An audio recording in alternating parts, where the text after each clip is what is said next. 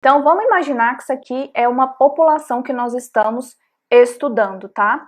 E aí a gente tem, então, um tamanho efetivo, e você vai encontrar na literatura NE como tamanho efetivo, e o tamanho efetivo são aqueles indivíduos que eles contribuem para o pool gênico populacional.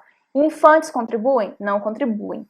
Idosos contribuem? Não contribuem. É somente adultos que contribuem para o pool gênico, ou seja, que deixam descendentes naquela população. Então, tudo que a gente está avaliando aqui é do ponto de vista do tamanho efetivo.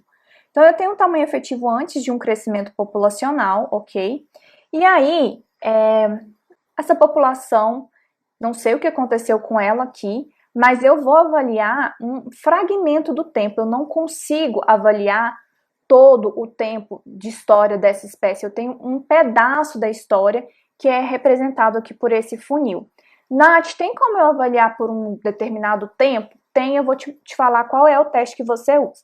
Mas por enquanto só fique com isso aqui. Então eu vou avaliar, com base no tamanho efetivo que eu tenho hoje, o que pode ter acontecido com essa população que neste caso aqui ela expandiu.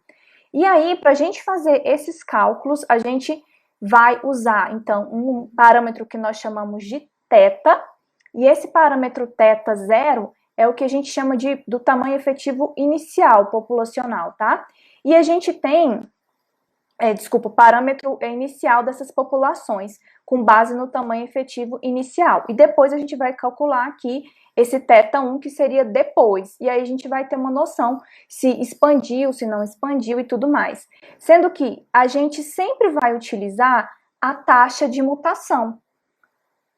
Inclusive, se você estiver mexendo com filogeografia, eu aconselho fortemente que você vá investigar a sua taxa de mutação, porque a gente pode fazer alguns testes estatísticos que a gente calcula o tempo com base na quantidade de mutações que ocorrem no sítio por ano, ou por milhões de anos, né, vamos dizer assim, para aquelas espécies que você está estudando.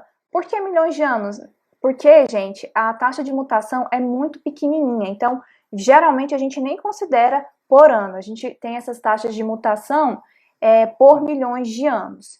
Então a gente tem o tempo e a taxa de mutação dentro desse tempo de expansão que a gente calcula. Então, quando eu falo tempo de expansão, eu não estou falando em anos, tá? Eu não estou falando em anos. A gente tem que ter isso aí. Então, são tempo mutacional e tempo em anos, são coisas diferentes. Mas o que a gente faz, então, é avaliar esse crescimento aqui.